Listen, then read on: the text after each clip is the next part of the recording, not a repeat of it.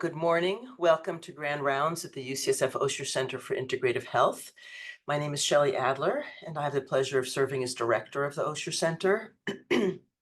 I'm delighted to welcome you to today's session and to introduce our terrific guest speaker, Dr. Ahmed Tawakol. Dr. Tawakol earned his medical degree from Stanford Medical School and trained at Brigham and Women's Hospital for internal medicine and cardiology, and then trained at Mass General Hospital in nuclear cardiology. Dr. Tawakol is Director of Nuclear Cardiology and co-director of the Cardiovascular Imaging Research Center at Massachusetts General Hospital, and an associate professor, demotion, associate professor of medicine at Harvard Medical School. He's a cardiologist and clinical researcher, and his work focuses on cardiovascular disease mechanisms and brain-heart interactions in an effort to understand how stress and depression can cause cardiovascular diseases. Notably, his team provided the first in-human observation linking stress-associated neural activity to subsequent cardiovascular events. He uses advanced imaging, cutting-edge biomarkers to assess interventions that reduce stress-associated neural activity, resulting in better neurobiological resilience and improved cardiovascular health. He's also a principal investigator on numerous studies funded by NIH, as well as industrial sponsors and foundations. Now, after Dr. Tawakol's presentation, we'll have a few minutes for discussion. So throughout the presentation, please submit your questions through the Q&A feature on Zoom. Lastly, before we begin, I want to express my gratitude to our terrific Grand Rounds Planning Committee members, Selena Chan, Patty Moran, Yvette Coulter, and Julia Burns. So now please join me in welcoming Dr. Ahmed Tawakol. Thank you so much for the very kind introduction. It's really, it's an honor to be here, and I'm very pleased to have an opportunity to engage you in some of the science here. And I want to start by talking about some background on stress and cardiovascular disease, insofar that we've long known that there's a very high attributable risk for stress relating to cardiovascular disease. In fact, it's on par with that for smoking, dyslipidemia, hypertension, and diabetes. Yet for many years, it wasn't clear as to how the two were interrelated. We know, for example, that stress affects behaviors and other factors that increase heart disease risk. It's associated with an increased risk of smoking, physical inactivity, overeating, and of course associates with hypertension, diabetes, and adiposity. But if you adjust for all these factors, they alone do not explain the observed risk. For example, here in the InterHeart study, where they looked at 25,000 patients around the world, they found that after you adjust for all the risk factors I just described, stress is still very much associated with acute myocardial infarction risk. And in this case, stress was defined as marital or work-related stress. And in that study, look at where the psychosocial index, marital and work-related stress, relate to myocardial infarction risk compared to other risk factors. As you go further to the right, it means it's a greater risk factor. So this risk factor here is at least on par, if not even stronger, than what you would consider the major risk factors for myocardial infarction. Here's the other interesting thing. Look at what happens as you increase the number of risk factors, pack them on to each other. Hypertension alone doubles the risk of acute myocardial infarction. If you add to hypertension, smoking, diabetes, and dyslipidemia, you go to a 42-fold increased risk. Add then obesity, you get to a 68.5-fold increased risk. Now add stress on top of that, and you would ask, well, maybe you've done everything to increase risk. What is stress going to possibly do? Well, it more than doubles it further. So stress is quite a potent risk factor. animal studies started to give us great insights into how stress could lead to these cardiovascular disease risk factors. So you could cause stress in mice by changing litter mates. You can expose them to bully mice, or you can simply place a cat on the cage. However you stress the mouse, you should expect that you're going to stimulate, and chronically stimulate for that matter, the sympathetic nervous system. And what's important there is, in addition to heightening the heart rates and blood pressure, it also drives up the production of leukocytes from the bone marrow. So this bone marrow activity could be followed, and you can traffic the leukocytes into the spleen where they're ready for the next stressor. Or you can actually follow those leukocytes into the arterial wall, and you see the increase in inflammation, the arterial inflammation that develops as a result. We simply asked if this same scenario occurs in humans. We can study much of this. We can look at the bone marrow, we can look at the spleen, and we can look at the arteries using PET-CT and PET-MR imaging. Here's an example, for example, of looking at the bone marrow. Here's a person with high leukopoietic activity and a person with low leukopoietic activity. This is with FDG PET, simply looking at glycolysis. This measure associates with circulating markers of inflammation and predicts cardiovascular disease events. Likewise, we can look at arterial inflammation. Here's the aorta, and you can see the increased activity. Here is a carotid, and look what happens if you take a person with carotid disease to carotid endarterectomy, and you compare their histopathology to what's measured with this FDG signal. You see a very nice correlation. This has been replicated by many groups over the years, very robustly replicated. And in these studies, the inflammatory signal in the artery also predicts cardiovascular disease events. So with this, the guidelines, in fact, support the use of this imaging using FDG to look at the arteries, for example, to assess for arterial inflammation. And now we have this opportunity to look at this entire feature of events using imaging. And the question I would start off with was, what about the brain? Of course, we're looking at stress and how it relates to these downstream things. What about the brain? So we could query patients with a perceived stress scale 10 instrument, and we have in the past. And this gives you a relatively reasonable idea of the stress that a person has been encountering over the month prior to this questionnaire. But we can also image this and more directly gain insight into what's happening in the brain.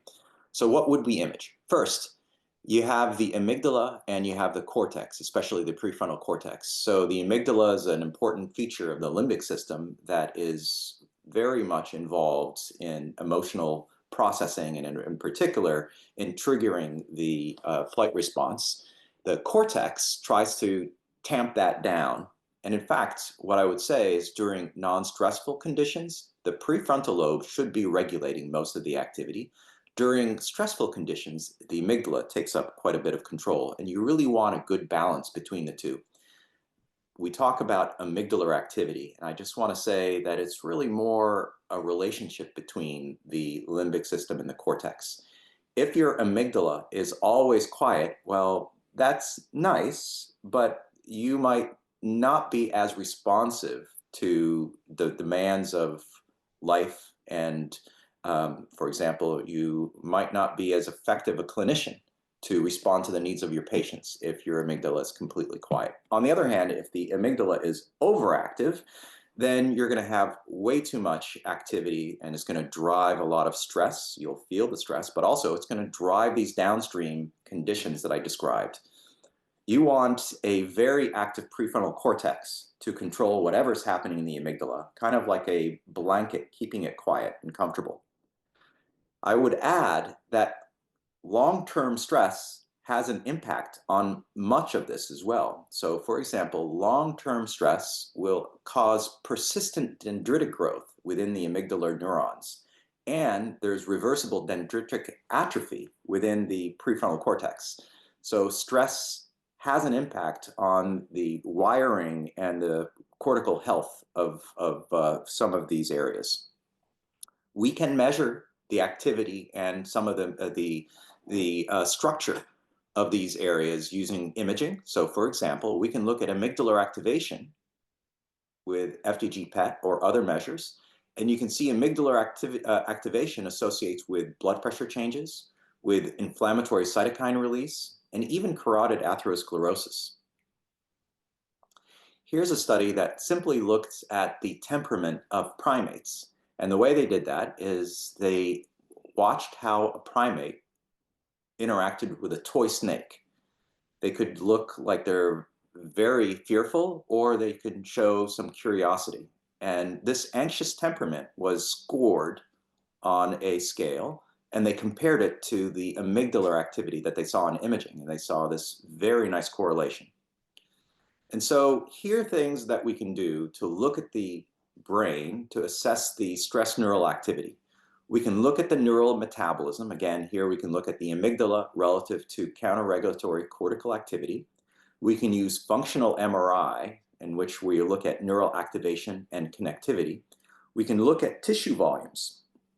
In this particular case, amygdala volume loss is what we see with stress. And we usually attribute that to loss of counter-regulatory connections. We can also look at diffusion tensor imaging with MRI to look at axonal integrity. I'm going to take you through a number of these things, in fact. So with that, we have an opportunity for integrative bioimaging with PET-CT and PET-MR. And I know this is not a talk focusing on imaging, but I'm going to be using imaging in this talk to query a lot of these systems. And I wanted to set the stage as to how we can use these imaging approaches to learn more about the brain-heart connection. And indeed, we did a study where we used this integrative bioimaging approach to look at how stress leads to cardiovascular disease. And we wanted to test the hypothesis that higher stress neural activity predicts a greater risk for cardiovascular disease. We used PET-CT and PET-MR to look at the amygdala and the cortex. We looked at leukopoietic activity and the arteries. We were specifically looking at the parts that were already identified to be important based on those mouse studies that I showed you before. We ended up with a population of 293 patients. And this is what we found. First, if you look at the amygdala and compare it to cardiovascular disease, it very nicely predicted the rate of cardiovascular disease after all sorts of adjustments. So very robustly predicted disease, even after you looked at the coronaries, for example, with coronary calcium score. And in fact, as you went from cardiovascular disease events to major adverse cardiovascular events to atherothrombotic major adverse cardiovascular events, in other words, as you more stringently define the outcome, the predictive value actually increased. Here's something else that was really interesting. So when we look at the brain imaging versus the timing of the events, those who had events within a year after brain imaging had the highest amygdala activity, followed those with later events, followed by those who had no events. Here's the other interesting thing. So first, if you look at the amygdala here, this is a person with relatively low amygdala activity compared to the regulatory areas. Here's a person with high amygdala activity compared to the regulatory areas. This person with high amygdala activity had high arterial inflammation and high leukopoietic activity, whereas this person with low amygdala activity had low indices of both. And you can see here when we looked at the correlations across those tissues, it was nicely correlated versus if you then look at a control tissue like subcutaneous fat, for example, there was no association. Moreover, when we then looked at the link between the amygdala and cardiovascular disease and put it through a mediator path, we found that the path from amygdala to bone marrow to artery to disease was significant, giving support to this whole animal model that we saw before. These data have been replicated by many groups now. So in this study, for example, amygdala activity associated with coronary plaque pathology, and also the link between amygdala to coronary plaques was mediated by bone marrow activity.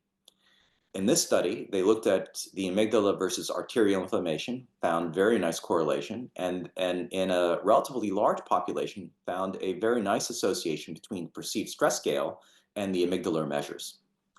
Here's another interesting study where they looked at the brain imaging and coronary features, but also found again that the amygdala activity predicted the subsequent development of myocardial events.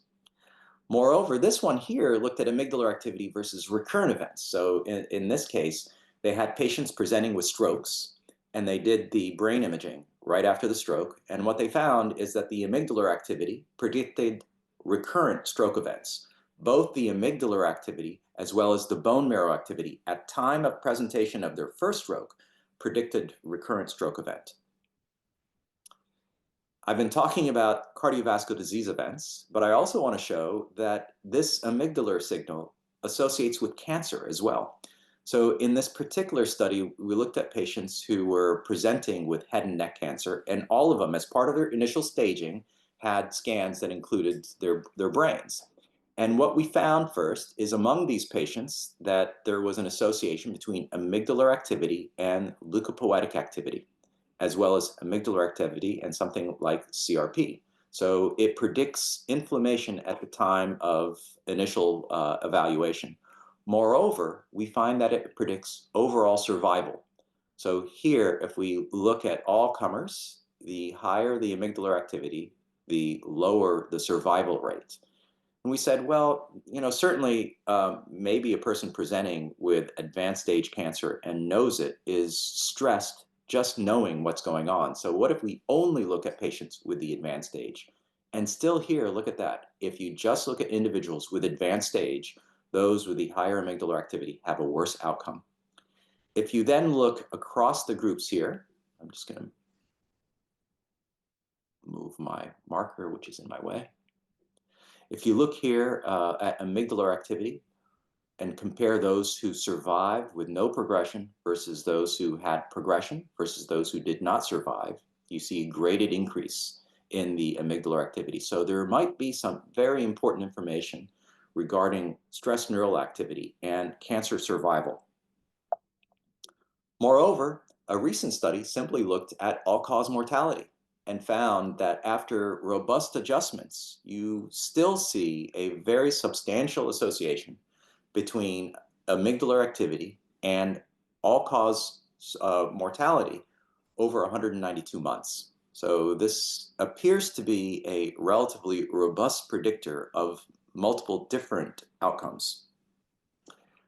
Again, I've been talking about amygdala activity, and I want to emphasize, and I'll use this study to show that it's not all about the amygdala. So look at this, for example, here. We're looking at the metabolic activity of the amygdala relative to the prefrontal cortex. Again, this whole concept of amygdala activity. And if you compare individuals with post-traumatic stress disorder versus trauma controls, in other words, they were exposed to similar stressors but didn't develop PTSD, versus healthy controls, you can see a graded decrease in amygdala activity across these cohorts. But now let's look at the average images from each of these groups. So first, look at those with PTSD. If you look at the amygdala, you see it's a light blue, with the dark blue being least amount of activity and dark red being highest amount of activity. So you can see that individuals with PTSD, they don't have rip-roaringly hot amygdalae. They're not that hot. It's just that their cortex, prefrontal cortex in particular, is less active than the amygdala. Now fast forward to the healthy controls. The healthy controls actually have, if you look at the absolute numbers, hotter amygdalae than those with PTSD.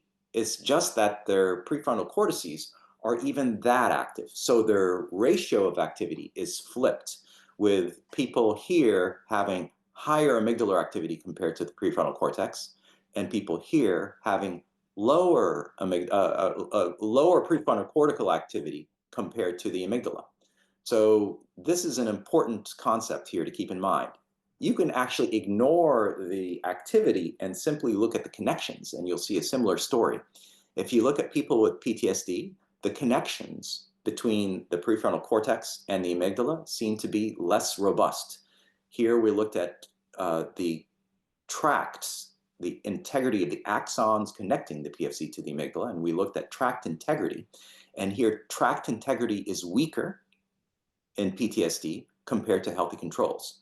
And both the tract integrity as well as amygdala activity predict atherosclerosis burden, and both correlate with one another. So I've been talking about stress here. Let's talk about the genetic predisposition to stress and ask if that too predicts cardiovascular disease outcomes.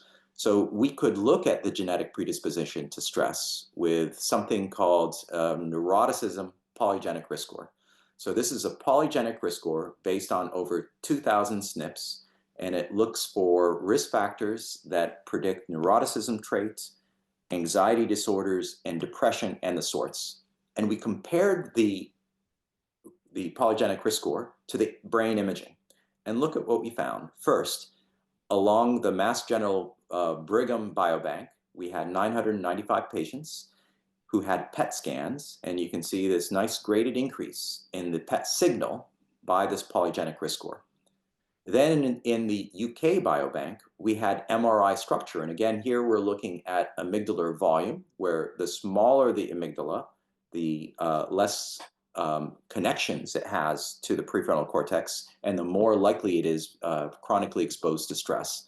And you can see a correlation between the polygenic risk score and the volumetric changes. Now let's look at the endpoint of cardiovascular disease and ask, does the genetic sensitivity to stress associate with cardiovascular disease? And you can see a graded increase, whether we look at the 18,000 patients at the Mass General Brigham or the 252,000 patients at the UK Biobank. Again, a graded increase in cardiovascular disease events by this genetic predictor of stress sensitivity.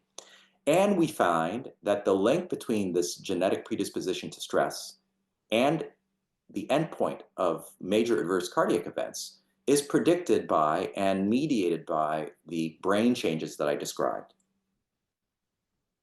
So I've been talking about a lot of cardiovascular disease events, but I do want to also talk about mental stress ischemia. And this was a really nice paper that came out a handful of years ago in JAMA by Vaccarino et al.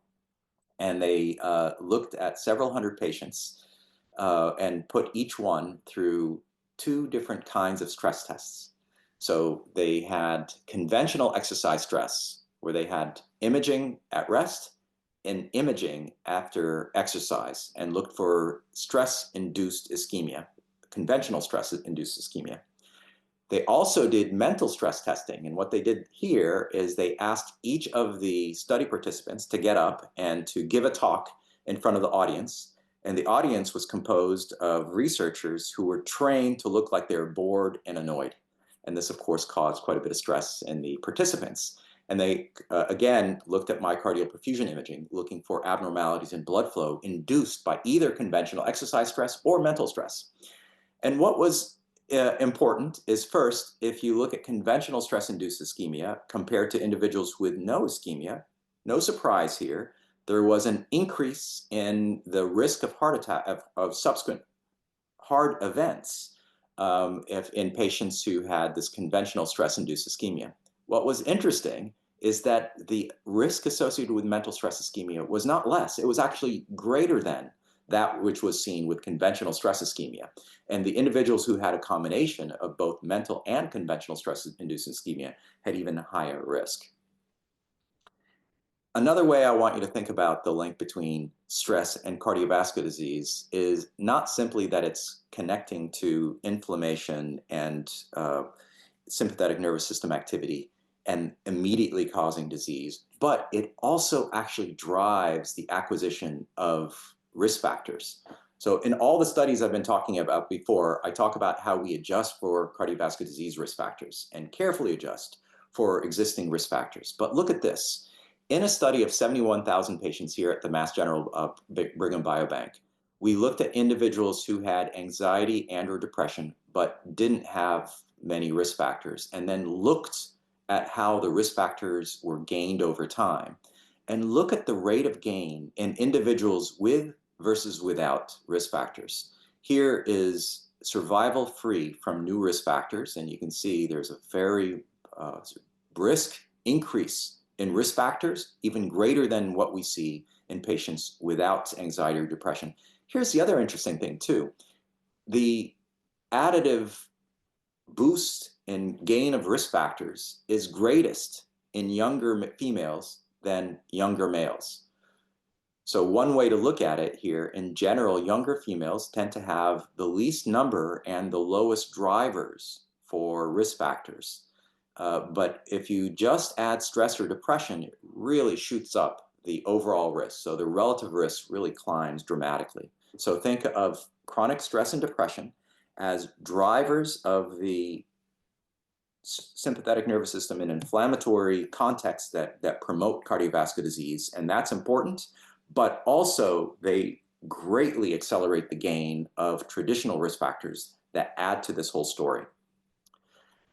I didn't bring this up before, but this is becoming more and more interesting. There's also a link between stress and depression and thrombosis. So if you look at anxiety and or depression, it turns out that it's as big a risk factor for DVT and PE as something like obesity and sex, for example, and approaches even cancer. So very potent risk factor for thrombosis. And in retrospect, that shouldn't be surprising because there's such a strong connection between inflammation and DVT risk that something that's going to chronically drive up inflammation should be expected to increase DVT risk. So putting this together here, some ways to think about it. You have the amygdala and the prefrontal cortex and other cortical regions that work towards either increasing or decreasing the stress neural activity. Stress neural activity will lead to some of the classic things that we think about, including ACTH release and the HPA axis activation, as well as sympathetic nervous system activation. This will accelerate the gain of cardiometabolic risk factors. We'll keep in mind the stress myocardial ischemia. And of course, we have more inflammation, coagulation, and atherosclerotic inflammation, all of which work together to increase cardiovascular disease risk. So we've been talking about stress and cardiovascular disease. What about stressors? So there are two well-studied stressors. Low socioeconomic status and chronic noise, for example, have been studied over the years in many, many different contexts. And we know that both factors associated with cardiovascular disease and stress. And we hypothesize that stress-associated pathways partially mediate the link between noise and SES versus CVD. So both noise and socioeconomics linked to CVD through some of these pathways is our hypothesis. So why did we think that? Well, first, look at this paper here by Chetty et al. And JAMA in 2014. You can see that no matter when you look at income, those with lower income are more prone to disease, and actually in this case, expected age of death is earlier than those with higher income. So that's not been a surprise, and it's very robustly been shown over the years. And here's another interesting study where if you even look at change of income, that too is predictive of outcome. So in this particular study, they looked at patients who were entered into a study and then followed over decades. And you can see that the rate of cardiovascular disease events is going to be lowest in individuals who had a rise in income or no change in income, but is higher in those who had a drop in income. So it's not just about what you make, but whether or not it changes over time. Again, tells you something about stress. And in fact, we wanted to test this. So in our sample, we looked at patients' income. This is quartile 1 versus quartile 4, and we looked at MACE-free survival. Those with the lowest income had the lowest MACE-free survival. In other words, the highest event rate compared to those with highest income. But here's an interesting thing. Now look at the brains. This is the amygdala activity, again, adjusted for the cortex. And when we look at individuals with the lowest income versus highest income, you can see this dose reduction over time. I'll add to this that if you look more carefully, for example, at deciles, there's a plateauing that happens at around 65 to 75% of the percentile for income. So At some point, greater income gains don't change what's happening in terms of stress-related neural activity. And that, in fact, is consistent with prior studies that have looked at reports of stress as income rises beyond a certain point. With arterial inflammation, we saw the same thing, a graded reduction. And when we looked at mediation, we found that the socioeconomic status linked to MACE, in part through a series of amygdala to bone marrow to arteries. Likewise, we looked at noise. So noise has, for many years, been linked to multiple different diseases, including cardiovascular disease and cognitive decline, for example. And the World Health Organization, in fact, has a determination of what unhealthy long-term noise exposure is. And we wanted to ask, how does noise exposure initiate these pathobiological processes in humans? And of course, our hypothesis was that it enters through the limbic system in particular. And this is what we found. First, in our population, we found that noise increases rates of cardiovascular disease conditions. And here, MACE-free survival decreases with higher exposure to noise. Interestingly, if we then look at the brains and look at the various thresholds for noise, as you go up in the noise exposure, and again, this is chronic noise exposure measured at the home.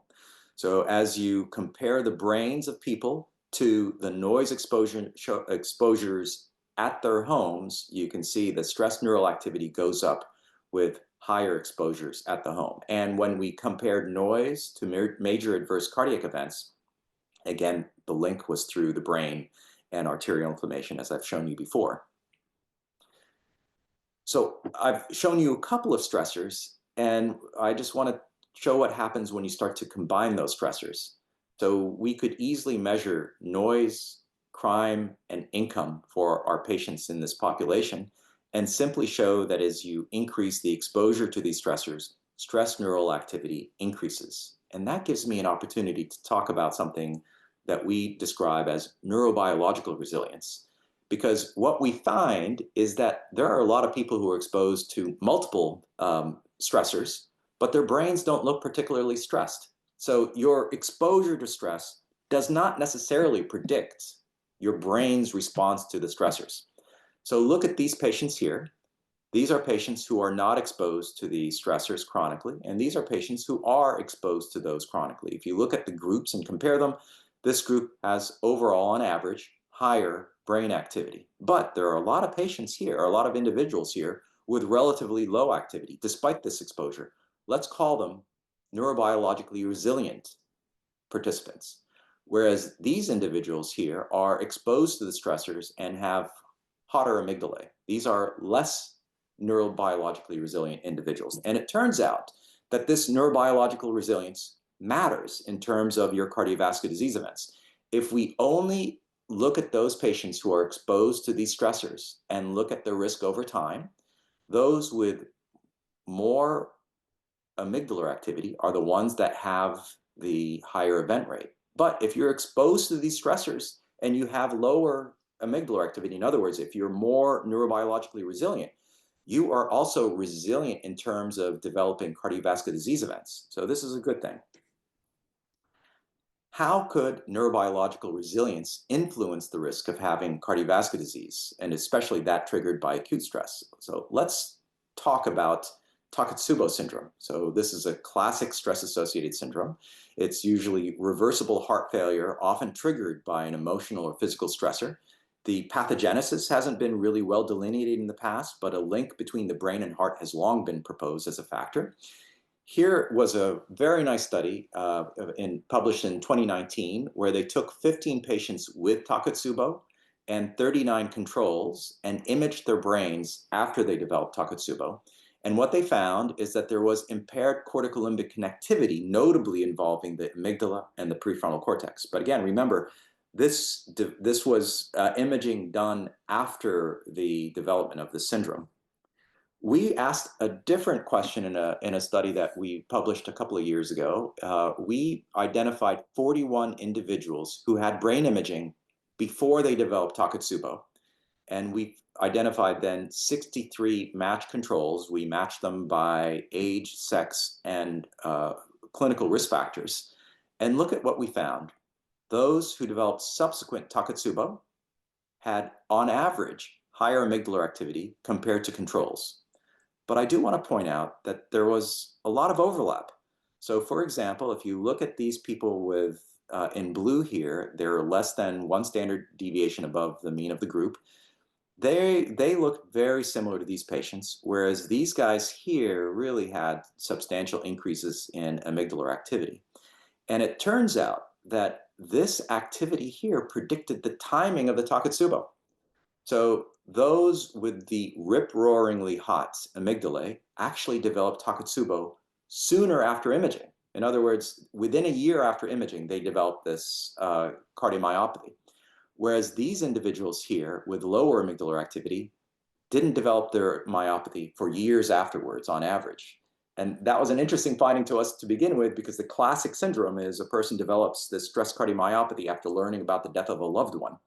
Well, these data wouldn't make sense, because why would a hot amygdala predict the death of a loved one at the time? And it turns out that most cases of Takotsubo don't occur as a result of such tragedy.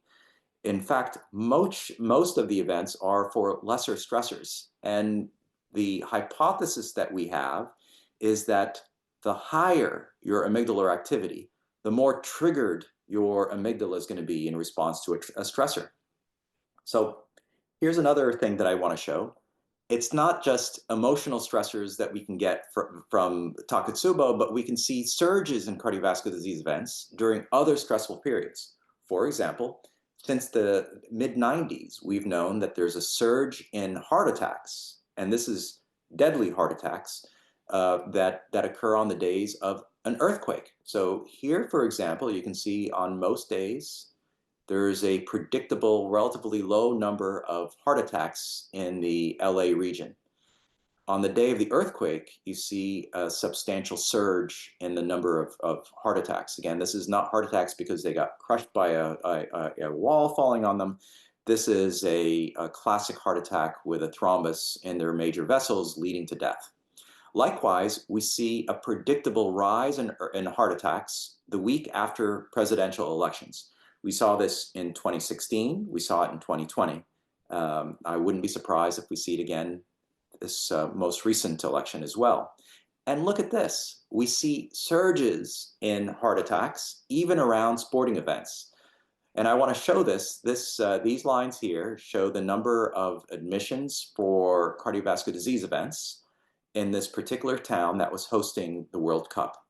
And you've got 3 different color lines, the yellow, blue, and red for the 3 different years. And the yellow and the blue are the prior years, and it's back, we'll call it in the weeds. But then in the red, you see increases, and they're not random increases. They are on the days that the local team is playing. Not only that, look at this. Numbers 5 and 6 were surges that occurred here on this one, on the day that the local team won in a dramatic penalty shootout fashion. Here was when the local team lost in a close match. And then down here in the weeds was in the finals, where the local team wasn't playing. So it's interesting that you have surges in heart attacks, especially when the local teams are playing. So how do you put this together in terms of what's happening that causes this? Imagine that neurobiological resilience is a predictor of what happens to your body physiologically upon exposure to stress.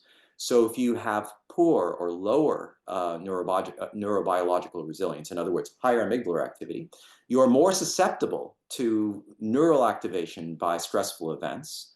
You'll have exaggerated systemic responses with more of a systemic system surge, inflammation, hypercoagulability, and then the complications that we think about, ACS, sudden death, arrhythmias, and Takotsubo.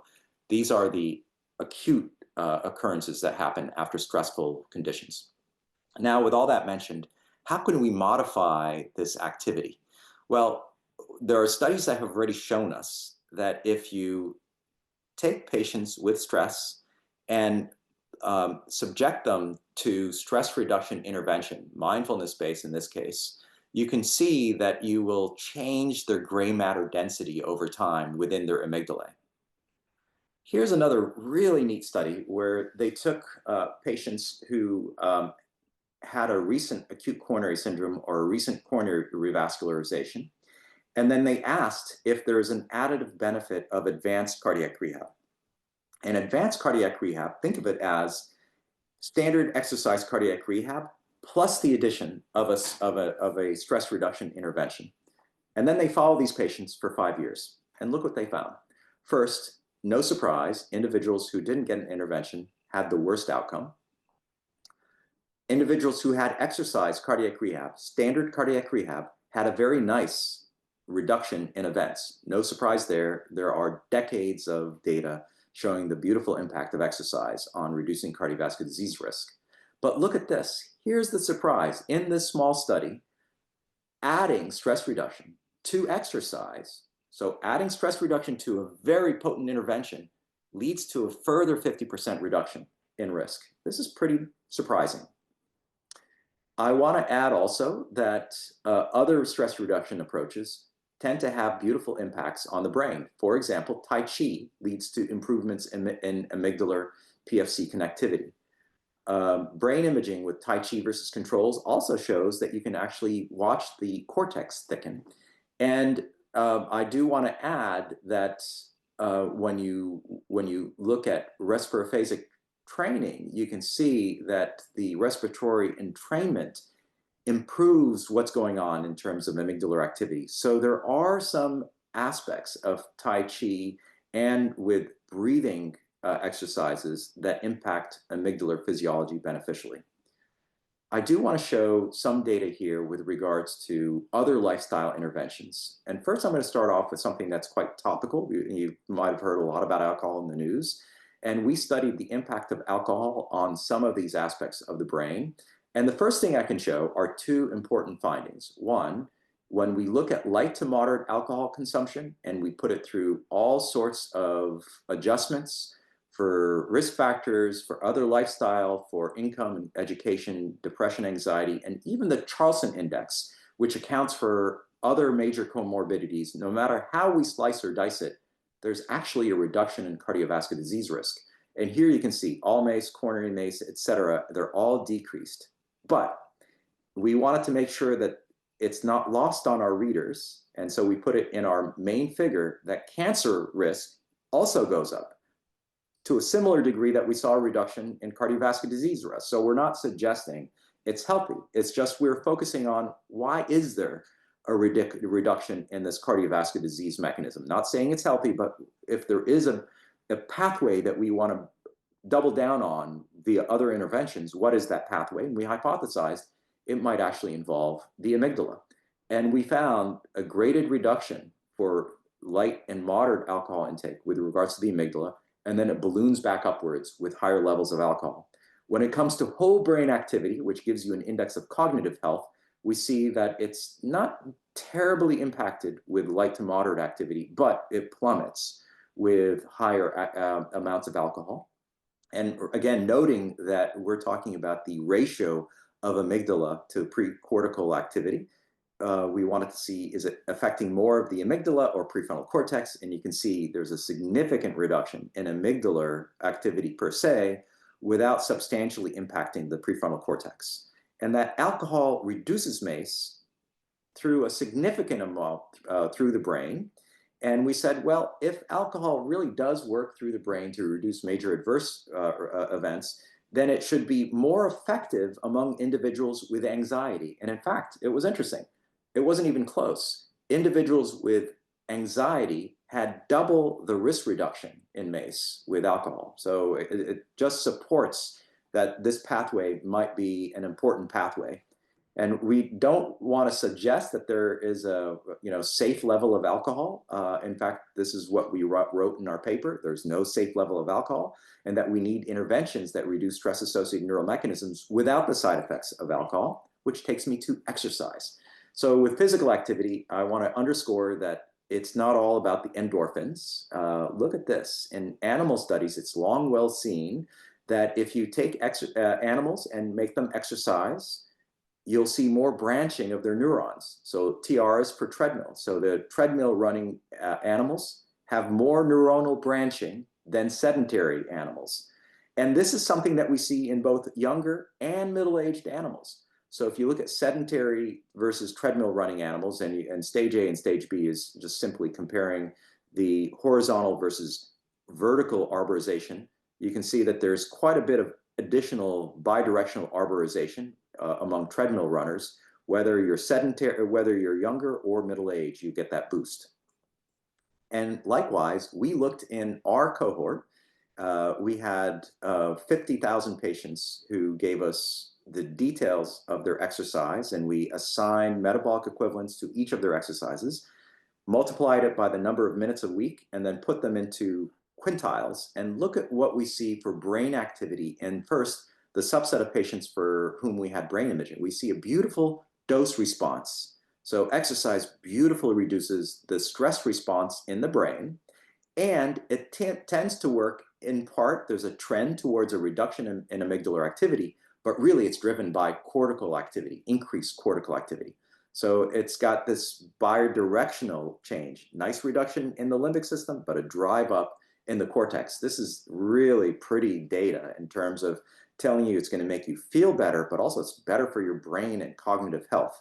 And we found that about 10% of the association between physical activity and major adverse cardiac events could be explained by these changes in the brain. That brought us back to this hypothesis. Well, mediation is nice, but prove to me that this is an important mechanism by showing me that people who have stress or depression, who have higher stress neural activity, have a greater heart attack benefit from exercise. And that's what we found here. It wasn't even close. Again, those patients without stress or depression had a 12% reduction in heart attacks. And that's what most studies would show. If you meet the guidelines recommendations, you get about a 10 to 15% reduction. But look at this, more than double the relative risk reduction in individuals with depression. Not only that, if you look at the curves, the classic curves would tell you that you have a steep reduction in events and then a plateau after you get to a certain level of exercise. And that's why the recommendations are here in green, get to 150 to 300 minutes of moderate intensity exercise. It's based on this observation that there's this steep decline and then plateau. But if there's depression, there isn't the same plateau. You keep on getting greater benefits. So not only are the benefits greater among individuals with depression, but perhaps the guidelines should also change or be nuanced for individuals with stress or depression, indicating that there might be added benefit for even greater amounts of exercise. And some of this has been supported by prospective data. Here's a group of individuals that were randomized, and you can see the nice reductions in amygdala activity for those who've had randomization to exercise. My last slide that I wanted to present here is something to remind me to talk about sleep. There is emerging data showing the importance of sleep on this, and you can see how sleep impacts MACE-free survival. Those who have sleep deprivation have worse outcomes. And because we have previously shown that a lot of the link between sleep deprivation and cardiovascular disease is mediated through these stress-related neural symptoms, pathways, we hypothesized that individuals with higher polygenic risk scores for stress sensitivity would be more sensitive to the effects of sleep deprivation. And here it wasn't close at all. So if you have less than median stress sensitivity by the genes, then sleep deprivation will increase your risk of heart attacks by 63%. If you have a greater than median stress sensitivity by your stress sensitive genetics, it doubles that risk for cardiovascular disease, even greater than that 63% rise. So it is really interesting that sleep deprivation leads to cardiovascular disease through brain and especially through stress neural pathways, but your genetic predisposition to stress modifies that substantially. So putting it together, stress and stress-related disorders, they're common, important risk factors for cardiovascular disease, associates with higher stress-associated neural activity, leukopoietic activity, inflammation, arterial inflammation, thrombosis, and cardiovascular disease events. The impacts might be modifiable. We need larger trials, though, to prove causation and determine the efficacy of the interventions. But I would say at this point, clearly for individuals with higher atherosclerotic risk and higher stress, would recommend stress reduction approaches, exercise, and healthy sleep for neurobiological resilience. Thank you so much for your attention. Thank you so much. Absolutely fascinating, very rich, and we already have several questions that have come in. I want to encourage people to ask additional questions now, and we can do this a number of ways. I'll start off by asking some of the questions in the Q&A, but Dr. Tawakol, if you can either follow along in the Q&A or I'll go ahead and read them. Up to you, but let me just start with one to see. So let's start here. Do you think that these measures of neurobiological sensitivity could ever be used to identify people who should or shouldn't do certain jobs? For example, working outside at airports with extreme noise exposure, road work or military jobs, which can involve multiple sources of high stress? I would say a few things. First, these brain imaging approaches are expensive, and I wouldn't want to suggest that we would use a brain imaging approach to assess that. The other thing is that it's been shown to be quite modifiable.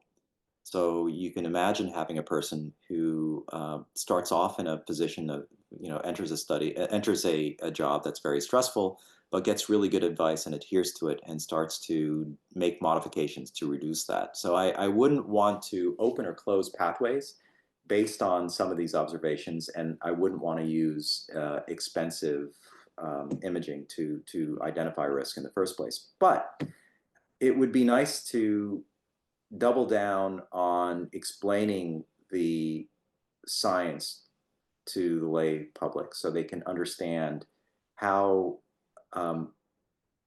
important stress is in terms of their long-term health, and that there are ways to modify not simply your exposure to stress, but your body's response to stress. And I remember, I can tell you on a personal level how this impacts me. When I was a trainee, I'm a cardiologist, and our fellowship years, were known to deprive us of sleep. And back in the day, I used to think to myself, who needs sleep? It's needing sleep is a weakness. And in retrospect, I laugh every time I look at it. I laugh humbly, saying, what a ridiculous concept. That is just long-term damage to the body. And so now when I look at these health interventions, I simply look at it at not only keeping myself happier today, but keeping myself healthier today. When I talk to my patients, for example, and I talk about sleep and exercise and stress reduction, I talk to them focusing on these are terms to keep your body healthy in the long term. And I say this as a cardiologist, they're coming to see their cardiologist, but yet I take time out to talk about the impacts on the brain. Because you take something as simple as exercise and you talk about cardiovascular health, everyone's heard it. But when you start to talk about the brain and how the neurons are branching and that you can follow the brains getting thicker in middle-aged folks who exercise, then they start to think, well, there's more to it than I would have figured. And that makes me happy to hear when my patients when I can see that light turn on, and I think that maybe they have more information to guide their decision making. It's because let's face it, when we're looking at all these lifestyle approaches, we have to think about the other things that we need to balance against it. If you're going to exercise more, it comes at a cost somewhere. So going back to this educational aspect, we need to educate people more so they have better tools to make those tough decisions, how to balance their lives and integrate where it works, some of these approaches. Yeah. I'm a medical anthropologist and medical educator, and so I just have to come back to your notes from being a resident.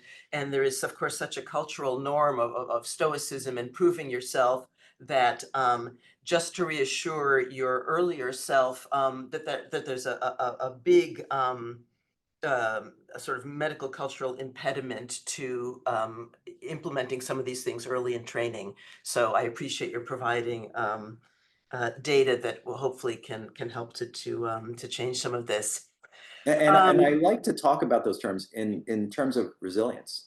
Yeah. So resilience is something that people feel is a trait that gives them strength, and it does. It gives people strength to tolerate all sorts of stressors that would otherwise make them feel bad. And instead of thinking that some of these things are weaknesses, think of your opportunity to build robustness by spending a little more time working on those health behaviors, such as sleep in particular, and exercise, and meditation is something that does have beautiful impacts, and even the science behind breathing techniques. So picking those up rather than being things that are distractions, are making you better positioned to deal with the stressors in the world, and maybe giving you more opportunities to accomplish more, if that's one of your main focuses. Now, of course, being an integrative health center, we're particularly interested in mindfulness, and you've mentioned a few things already. So, and the links to brain structure. So, one of the questions is there a promise in mindful approaches to intervene and help increase prefrontal cortex activity and or decrease amygdala activity? I I see some aspects of both. In some of the studies that we've looked at, we see more impacts on the amygdala. And there are several aspects of the amygdala activity. On one hand, we see lower amygdala metabolism, and we see also more connections being made with the amygdala.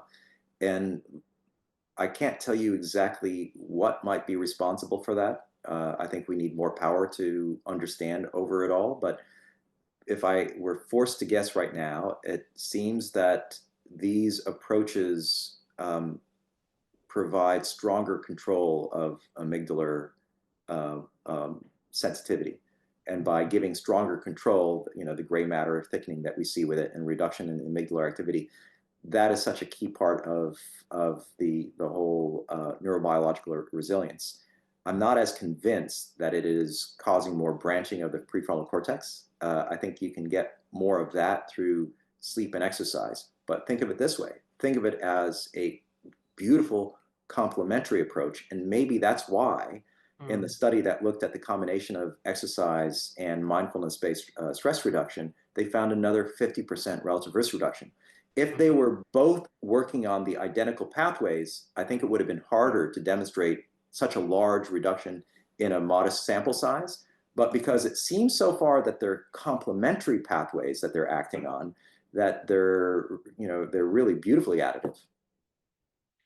I'm going to try to squeeze in one last question here, although we have many, many. And this has to do, I'm merging a few with the effects of discrimination, discriminatory stress related to both, I mean, all marginalized groups, women, different racial groups. Could you just share some insight on what you might have observed in terms of differences based on experience of lived experience, gender, sexual orientation, race, ethnicity, in terms of So stress and effect on cardiovascular disease? we don't have enough data from our studies to go into subgroups of stressors along those lines. But I see those stressors as very important chronic stressors. And these long, deep chronic stressors, when we look at other long, deep chronic stressors, have very important impacts on the brain with amygdala volume loss and higher stress neural activity. So that's something that we see over and over. And other studies that have looked at amygdala volume we see that Mhm. some of these chronic stressors that you've described indeed cause amygdala volume loss. Decrease. And so I would say, imagine when we talk about neurobiological resilience as something that is it's kind of like working a muscle. It takes weeks to build up and weeks to have the gains reversed. So in all these cases, I would say work on a multifaceted approach to improve your neurobiological resilience. It'll make you feel better, but also importantly, better tolerate the adverse physiologic consequences of stress. It'll make you healthier, in other words. Your brain and psyche will be healthier, but your body will age more graciously as well, more slowly. So think about all these things and think about building up neurobiological resilience through these multiple pathways, especially where you are exposed to stressors. Mhm. Well, I think on this a helpful and hopeful note of resilience, we'll go ahead and close the Q&A portion. And thank you so much again, Dr. Tawakol, for joining us today. Absolutely fascinatingly informative and very much in line with a lot of the work that we're interested in doing. So I really appreciate it. And thanks for It's my joining us. honor. Thank you. Thank you so much.